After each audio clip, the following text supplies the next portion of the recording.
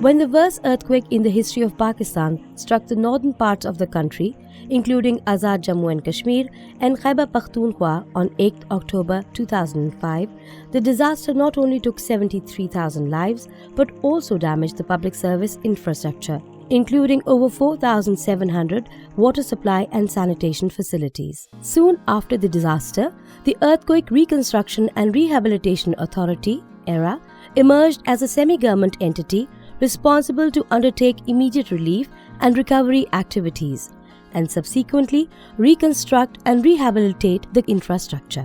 ERRA, with its mission to build back better, took a futuristic and innovative approach to tackle water scarcity issues.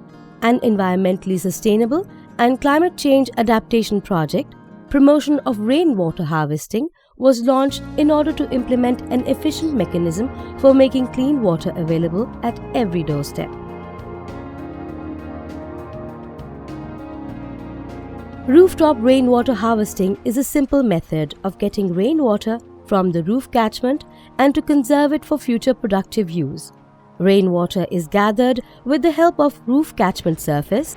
The collected water is then transported from the rooftop to the storage with help of drains and pipes. The first flush of rainwater, which is generally unclean and contaminated, is collected in a first flush diverter. Once the clean water starts gathering, it is transported to a larger storage area for future use. Rainwater harvesting will especially be helpful in reducing the damages caused by floods and heavy rainfalls as well.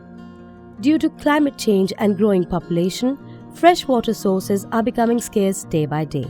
The rainwater harvesting is the most decentralized method of meeting water requirements by putting in minimal input and taking the maximum benefit from this natural resource, rain, a marvelous bounty of the nature.